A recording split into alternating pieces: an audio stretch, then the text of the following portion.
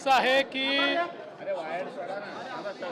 दुर्दैवाने त्याच्यामध्ये एका विशिष्ट पक्षाचे काही पदाधिकारी आहेत की ज्यांनी अतिशय वाईट अशा प्रकारचे काम केलेलं आहे।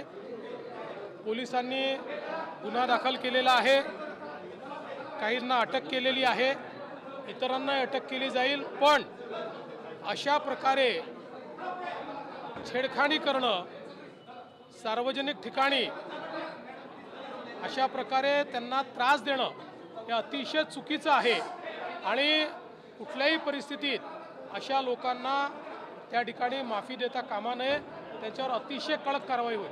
सर, रायगडचा पालकमंत्री कोण होणार? सर, रायगडचा पालकमंत्री शिंदे शिवसेना, राष्ट्रवादी की भाजप? आता रायगडचा पालकमंत्री देवेंद्र फडणवीस, एकनाथ शिंदे आणि अजित पवार आहेत, त्यामुळे काही चिंता करण्याचं कारण नाही आहे।